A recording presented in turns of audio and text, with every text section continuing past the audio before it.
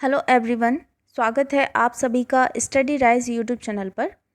तो जैसा कि आप सभी जानते हैं, हमारी यूपी टीजीटी पीजीटी राजनीति शास्त्र की क्लासेस चल रही हैं। ये है प्रैक्टिस सेट नंबर 62। जिसने 61 नहीं देखे हैं तो वो लोग प्लेलिस्ट में जाकर देख सकते हैं। एक अलग से प्लेलिस्ट बनी है यूपी टीजीटी पीजीटी राजनीति शास्त्र करके, तो आप वहाँ से जाकर चेकआउट कर सकते हैं। और जिसने अभी तक तैयारी भी स्टार्ट नहीं की है तो आप वहाँ एक बार जाके प्लेलिस्ट ज़रूर देखें और वहाँ से अपनी तैयारी भी स्टार्ट करें। तो चलिए फिर आज की वीडियो स्टार्ट करते हैं। और जो भी बच्चा चैनल पर पहली बार आया है तो चैनल को ज़रूर सब्सक्राइब करें, साथ ही साथ बेल आइकन को भी प्रेस कर लें जिससे कि वीडियो की नोटिफिकेशन आप सभी के पास सबसे पहले पहुँच जाए। और इसके साथ साथ हमारी यूपी पीजीटी समाजशास्त्र और यूपी टेट सुपर टेट की भी क्लासेस चल रही हैं। जो भी बच्चा इनकी तैयारी कर रहा है तो हमारे यूट्यूब चैनल से ज़रूर जुड़े। तो चलिए फिर आज की वीडियो स्टार्ट करते हैं। तो जो आज का जो हमारा टॉपिक है ये है विभिन्न देशों के संवैधानिक तथ्य। तो इसमें हमारा पहला क्वेश्चन है, क्वेश्चन नंबर 1। फ्रांसीसी दलों में सबसे पुराना दल जो अब विघटित हो गया है वह कौन सा है?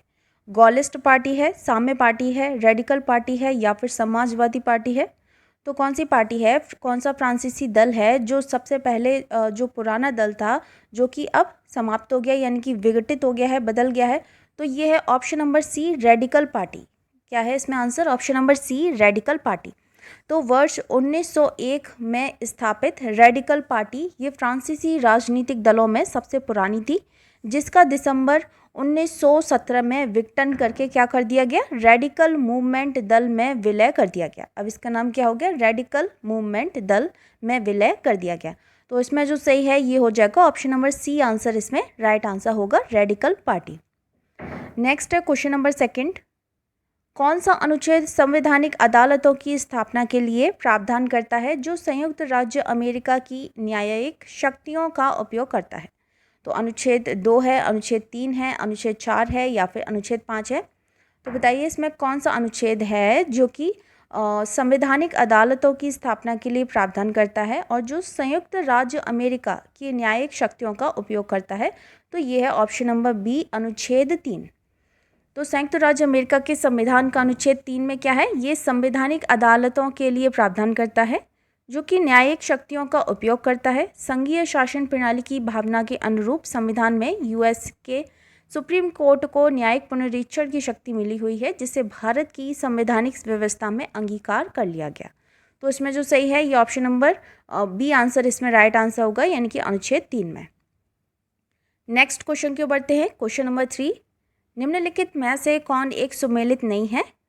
तो इसमें हमें बताना है कि कौन सा एक सुमेलित नहीं दिया गया है। तो देखो सबसे पहले है ये ऑस्ट्रेलिया संघीय सरकार है, संयुक्त राज्य अमेरिका संघीय सरकार है, फ्रांस एकात्मक सरकार है और कनाडा एकात्मक सरकार है। हमें इसमें बताना है कि कौन सा इसमें सही सुमेलित नहीं है। तो इसमें जो राइट आंसर है ये हो जाएगा ऑप्शन नंबर डी, इसमें सही हो जाएगा यानी कि कनाडा ये एकात्मक सरकार, ये इसमें सही नहीं दिया गया।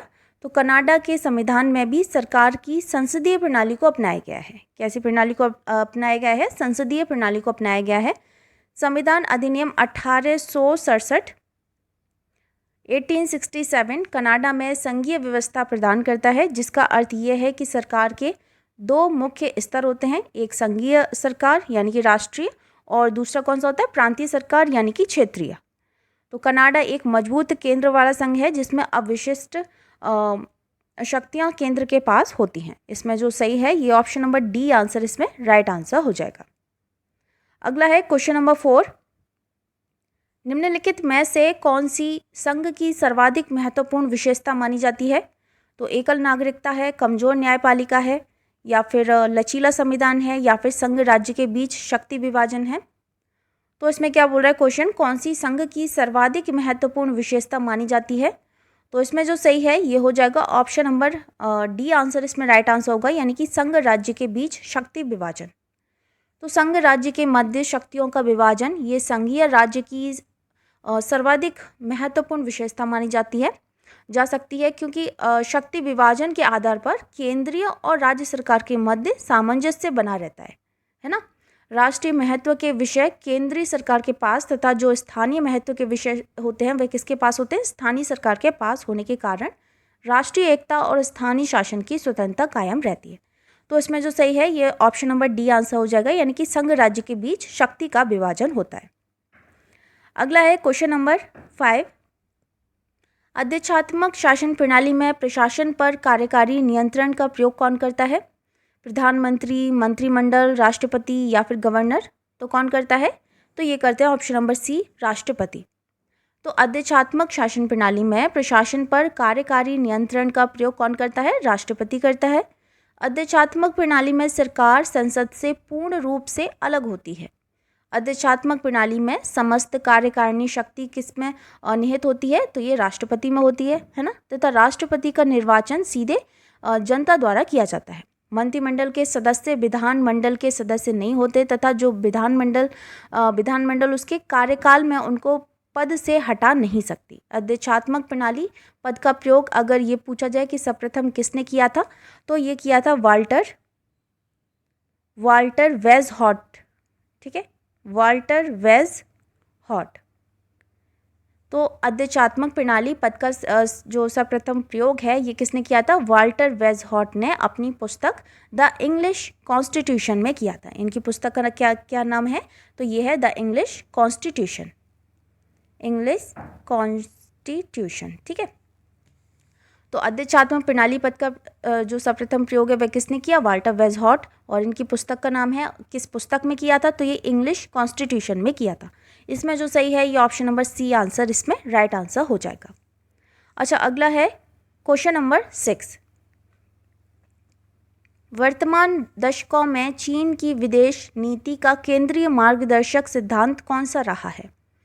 उदार दर्शन रहा है, कम्युनिस्ट दर्शन, धर्म दर्शन या फिर लोकतांत्रिक दर्शन? तो कौन सा रहा है? ये रहा ऑप्शन नंबर बी, कम्युनिस्ट दर्शन। वर्तमान दशकों में चीन की विदेश नीति का केंद्रीय मार्गदर्शक सिद्धांत ये रहा है, कम्युनिस्ट दर्शन रहा है। चीन में सर्वहारा क्रांति का श्रेय ये माओ को जाता है, जिसका उद्देश्य क्या था? कम्युनिस्ट यानी कि माओवादी विचारधारा को चीनी समाज में स्थापित करना तथा प्रतिक्रियात्मक विचारों का हिंसात्मक दमन करना। जनवादी लोकतंत्र की अवधारणा भी चीन के माओ ने ही विकसित की थी। तो इसमें जो सही है ये ऑप्शन नंबर बी आंसर इसमें राइट आंसर हो जाएगा। नेक्स्ट है क्वेश्चन नंबर 7। किस वर्ष में अमेरिकी सरकार ने अपना पहला स्वतंत्र नियामक आयोग अर्थात अंतर्राज्यीय वाणिज्य आयोग की स्थापना की थी? तो 1884, 1885, 1886 या फिर 1887? तो बताइए इसमें राइट आंसर क्या होगा? ये हो जाएगा ऑप्शन नंबर डी, 1887 में। अंतर्राज्यीय वाणिज्य आयोग यानी कि ICC 1887 के अंतर्राज्यीय वाणिज्य अधिनियम के तहत बनाई गई संयुक्त राज्य अमेरिका की एक स्वतंत्र नियामक एजेंसी थी। इसका उद्देश्य क्या था? उचित दर सुनिश्चित करने, दर भेदभाव खत्म करने और सामान्य वाहक के अन्य पहलुओं को विनियमित करने के लिए रेल मार्ग को विनियमित करना था। तो इसमें जो सही है ये ऑप्शन नंबर डी आंसर इसमें राइट आंसर हो जाएगा। नेक्स्ट क्वेश्चन के बढ़ते हैं। Question number 8। अमेरिकी संविधान का कौन सा अनुच्छेद राष्ट्रपति के कार्यालय से संबंधित है? तो ऑप्शन इसमें दिए हैं अनुच्छेद 2, अनुच्छेद 3, अनुच्छेद 4 या फिर अनुच्छेद 5। तो इसमें जो है राइट आंसर है ये ऑप्शन नंबर ए हो जाएगा, यानी कि अनुच्छेद 2। अमेरिकी संविधान का अनुच्छेद 2 क्या कहता है? राष्ट्रपति के कार्यालय से संबंधित है, कार्यालय से संबंधित है। इस अनुच्छेद में राष्ट्रपति की शक्तियों के अतिरिक्त उसके कार्यकाल तथा उसे पद से हटाने के लिए महाभियोग की प्रक्रिया का भी वर्णन किया गया है। तो ये सब किस में किया गया है? अनुच्छेद 2 के अंतर्गत आ जाता है। इसमें जो सही है ये ऑप्शन नंबर ए आंसर इसमें राइट आंसर होगा। अगला है क्वेश्चन नंबर 9।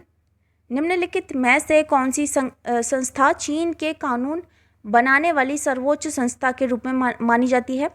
तो NPC, NFC, MPC या फिर MFC?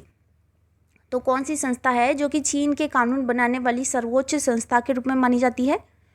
तो ये है ऑप्शन नंबर ए, NPC। चीन के विधानमंडल को नेशनल पीपल्स कांग्रेस यानी कि NPC नाम दिया गया है। यह चीन में कानून बनाने वाली सर्वोच्च संस्था है। NPC का निर्वाचन 5 वर्षीय कार्यकाल के लिए होता है। NPC का वर्ष में एक बार सत्र आयोजित किया जाता है। तो इसमें जो सही है ये ऑप्शन नंबर ए इसमें राइट आंसर होगा। अगला है क्वेश्चन नंबर 10। ब्रिटिश संसद में निम्न लोकप्रिय प्रत्यक्ष निर्वाचित शक्तिशाली सदन कौन सा है? लॉर्ड सभा है, कॉमन सभा है, प्रतिनिधि सभा है या फिर राज्यसभा है? तो बताइए ब्रिटिश संसद में निम्न और लोकप्रिय प्रत्यक्ष निर्वाचित शक्तिशाली सदन कौन सा है? तो यह है ऑप्शन नंबर बी, कॉमन सभा है। ब्रिटिश संसद का गठन ये राजा सहित लॉर्ड सभा और कॉमन सभा दोनों सदनों से मिलकर होता है। लॉर्ड सभा के सदस्य ये वंश परंपरागत विशिष्ट वर्ग के लोग होते हैं।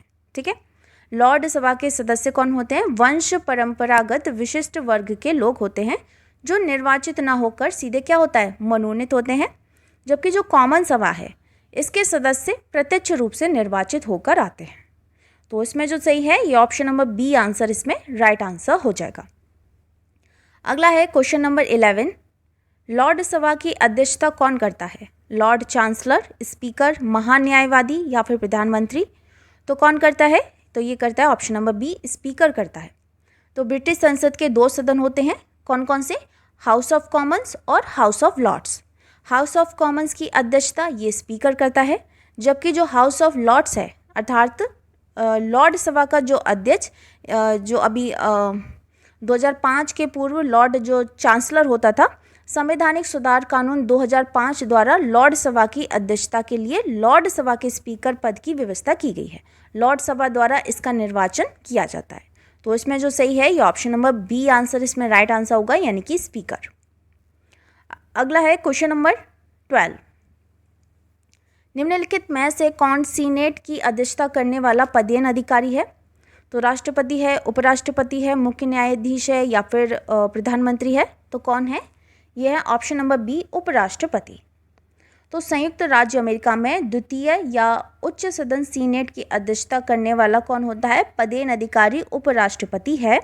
जबकि हाउस ऑफ रिप्रेजेंटेटिव की अध्यक्षता ये स्पीकर करता है। उल्लेखनीय है कि भारत में भी उच्च सदन यानी कि जो राज्यसभा है इसकी अध्यक्षता कौन करता है? उपराष्ट्रपति करता है। तथा जो निम्न सदन है यानी कि लोकसभा है इसकी अध्यक्षता कौन करता है? स्पीकर करता है। तो इसमें जो सही है ये ऑप्शन नंबर बी आंसर इसमें राइट आंसर हो जाएगा। नेक्स्ट है क्वेश्चन नंबर 13, संयुक्त राज्य अमेरिका की विदेश नीति को अंतिम रूप कौन प्रदान करता है? राज्यपाल, मुख्य न्यायाधीश, राष्ट्रपति या फिर उपराष्ट्रपति? तो संयुक्त राज्य अमेरिका की जो विदेश नीति है इसको अंतिम रूप कौन प्रदान करता है? तो ये करता है ऑप्शन नंबर सी, राष्ट्रपति करता है। तो संयुक्त राज्य अमेरिका की विदेश नीति को अंतिम रूप कौन प्रदान करता है? राष्ट्रपति करता है। यह है विदेश नीति निर्धारित करता है और अमेरिका के विदेशी मामलों को संचालित करता है। हालांकि कुछ मामलों में वह सीनेट से सलाह और सहमति भी प्राप्त करता है। इसमें जो सही है ये ऑप्शन नंबर सी आंसर इसमें राइट आंसर हो जाएगा। अगला है क्वेश्चन नंबर 14, फ्रांसीसी संविधान का कौन सा अनुच्छेद प्रधानमंत्री को विधायिका में विधायी पहल देता है? अनुच्छेद 39, अनुच्छेद 38, अनुच्छेद 49 या फिर अनुच्छेद 48? तो फ्रांसीसी संविधान का कौन सा जो अनुच्छेद है यानी कि आर्टिकल है ये प्रधानमंत्री को विधायिका में विधायी पहल देता है? तो ये है ऑप्शन नंबर ए, अनुच्छेद 39। कौन सा है? अनुच्छेद यानी कि आर्टिकल 39। फ्रांसीसी संविधान का अनुच्छेद 39 फ्रांस के प्रधानमंत्री को संसद में विधायी पहल प्रदान करता है। इस अनुच्छेद के तहत विधायी पहल का अधिकार प्रधानमंत्री और संसद के सदस्यों को सौंपा गया है। इसमें जो सही है ये ऑप्शन नंबर ए इसमें राइट आंसर होगा। नेक्स्ट है क्वेश्चन नंबर 15, निम्नलिखित में से कौन सा एकल दल प्रणाली के लिए एक उदाहरण है? एकल दल प्रणाली के लिए एक उदाहरण है तो कौन सा है? अमेरिका है, चीन है, भारत है या फिर इंग्लैंड है? तो बताइए कौन सा है? एकल दल प्रणाली कहाँ पर है? तो यह है ऑप्शन नंबर बी, चीन में है। चीन की प्रणाली को एकल दल प्रणाली का उदाहरण माना जाता है। यहाँ की कम्युनिस्ट पार्टी ऑफ चाइना का संपूर्ण व्यवस्था पर एकाधिकार है। अन्य दलों की उपस्थिति तो है पर उन्हें राजनीतिक प्रक्रिया में भाग लेने की अनुमति नहीं है। तो इसमें जो सही है ये ऑप्शन नंबर बी आंसर यानी कि चीन इसमें राइट आंसर होगा। अगला है क्वेश्चन नंबर 16, दोहरी नागरिकता की प्रणाली इन जैसे देशों में प्रचलित है? कनाडा और भारत, कनाडा और ऑस्ट्रेलिया, भारत और यूएसए या फिर स्विट्जरलैंड और अमेरिका? दोहरी नागरिकता की प्रणाली इन जैसे देशों में प्रचलित है, तो किस किस में है? तो ये है ऑप्शन नंबर डी, स्विट्जरलैंड और अमेरिका में। तो स्विट्जरलैंड और अमेरिका में दोहरी नागरिकता है। इनके नागरिक संघ तथा राज्यों के अलग अलग नागरिक होते हैं। अगर भारत, ब्रिटेन, कनाडा तथा ऑस्ट्रेलिया में ये कैसी है? ये एक हरी नागरिकता है। कैसी है? एक हरी नागरिकता है। और स्विट्जरलैंड और अमेरिका में ये दोहरी नागरिकता है। इसमें जो सही है ये ऑप्शन नंबर डी आंसर इसमें राइट आंसर हो जाएगा। अगला है क्वेश्चन नंबर 17। किसके द्वारा लोक निगमों को 20वीं सदी की सबसे बड़ी संवैधानिक मौलिकता कहा गया? तो A.H. Hansen, W.A. Robson, A.D. Gorwala या फिर डिमॉक। तो इसमें जो सही है, इसमें क्वेश्चन क्या बोल रहा है? लोक निगमों को 20वीं सदी की सबसे बड़ी संवैधानिक मौलिकता कहा गया। तो ये कहा गया option number B, W.A. Robson को। किसको कहा गया? W.A. रॉबसन को कहा गया। तो आधुनिक काल में लोक निगम का विकास ये अमेरिका में हुआ। रूस में समाजवाद की स्थापना से पूंजीवादी राष्ट्र भयभीत हो गए और अपने देश में कल्याणकारी राज्य की स्थापना का प्रयास करने लगे। इसके संदर्भ में व्यावसायिक उद्योगों के सरकारी स्वामित्व जो होते थे, जो संचालन तथा नियंत्रण प्रथा वहाँ पर शुरू हो गई, जिसकी देखभाल सबसे महत्वपूर्ण संगठन लोक निगम अथवा सरकारी निगम के माध्यम से की गई। इसके इसी महत्व के कारण W.A. रॉबसन के माध्यम से की गई। इसके इसी महत्व के कारण W.A. रॉबसन ने इसे 20वीं सदी की सबसे महत्वपूर्ण संवैधानिक संस्था बतलाया। रॉबसन के अनुसार लोक निगम लोक नीति के एक यंत्र के रूप में कार्यशील है। उन्हीं के शब्दों में लोक निगम राजनीतिक संगठन व वैधानिक व्यवहारों के अंतर्गत सबसे अनूठा आविष्कार है। उसमें जो सही है ये ऑप्शन नंबर बी आंसर इसमें राइट आंसर होगा। अगला है क्वेश्चन नंबर 18। कौन यह स्वीकार करता है संविधान उन नियमों को कहते हैं जो सर्वोच्च सरकार की रूपरेखा निर्धारित करते हैं? तो पाइली है, लीकॉक है, ऑस्टिन है या फिर C.F. स्ट्रॉन्ग है। तो कौन है? तो ये है option number D, C.F. Strong. C.F. Strong यह स्वीकार करते हैं कि जो संविधान है उन नियमों को कहते हैं जो सर्वोच्च सरकार की रूपरेखा निर्धारित करते हैं। अपनी पुस्तक लॉ ऑफ द कॉन्स्टिट्यूशन में डायसी ने लिखा भी है कि संविधान प्रभुत्व शक्ति के प्रयोग एवं वितरण की व्यवस्था है, और स्ट्रॉन्ग का कहना है कि संविधान का उद्देश्य सरकार के कार्यों को सीमित करना है। तो इसमें जो सही है यह ऑप्शन नंबर डी आंसर इसमें राइट आंसर होगा। नेक्स्ट है क्वेश्चन नंबर 19। लिखित तथा अलिखित संविधानों में भेद मात्रा का है, गुण का नहीं। यह कथन किस विचारक का है? अरस्तु, गार्नर, J.S. मिल या फिर लास्की। तो किसका है ये? यह ऑप्शन नंबर बी गार्नर का है। किसका है? ऑप्शन नंबर बी गार्नर का है। तो लिखित तथा अलिखित संविधानों में केवल मात्रा का भेद है, प्रकार का नहीं। यह कथन किसका है? तो ये है गार्नर का कथन है। अच्छा, लॉर्ड ब्राइस ने क्या कहा है? उन्होंने कहा है संविधानों का लिखित और अलिखित रूप में वर्गीकरण पूर्णतः संतोषप्रद नहीं है।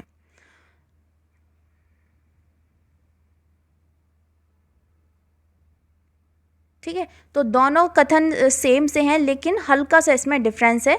इसमें जो गार्नर हैं वह क्या बोल रहे हैं? लिखित तथा अलिखित संविधानों में केवल मात्रा का भेद है, प्रकार का नहीं। और लॉर्ड ब्राइस ने क्या कहा है? संविधानों का लिखित और अलिखित रूप में वर्गीकरण पूर्णतः संतोषप्रद नहीं है। तो देखो इसमें जो सही है ये ऑप्शन नंबर बी आंसर इसमें राइट आंसर होगा। दोनों के कथन आपको याद कर लेने हैं, एक लॉर्ड ब्राइस का और दूसरा गार्नर का। ठीक है, नेक्स्ट है क्वेश्चन नंबर 20 और आज का लास्ट है क्वेश्चन। संविधान है देश का मूलभूत कानून, एक ऐतिहासिक दस्तावेज, एक सामाजिक आर्थिक दस्तावेज या फिर इनमें से कोई नहीं। तो संविधान क्या है? तो ये है ऑप्शन नंबर ए, देश का मूलभूत कानून। संविधान एक ऐसा लेख पत्र या दस्तावेज है जो सरकार की रूपरेखा व प्रमुख कार्यों का वर्णन करता है। इसे देश का सर्वोत्तम एवं मूलभूत विधि कहा जा सकता है। संविधान राज्य के समस्त अंग जैसे कि विधायिका, कार्यपालिका, न्यायपालिका को शक्तियां प्रदान करता है। तो इसमें जो सही है ये क्या हो जाएगा? ऑप्शन नंबर ए इसमें राइट आंसर होगा। तो दोस्तों ये थी आज की वीडियो अगर आपको पसंद आती है तो वीडियो को ज़्यादा से ज़्यादा लाइक, कमेंट, शेयर ज़रूर करें, और जो भी बच्चा चैनल पर पहली बार आया है तो चैनल को ज़रूर सब्सक्राइब करें। मिलते हैं फिर बहुत जल्द नेक्स्ट वीडियो में, तब तक के लिए थैंक यू सो मच।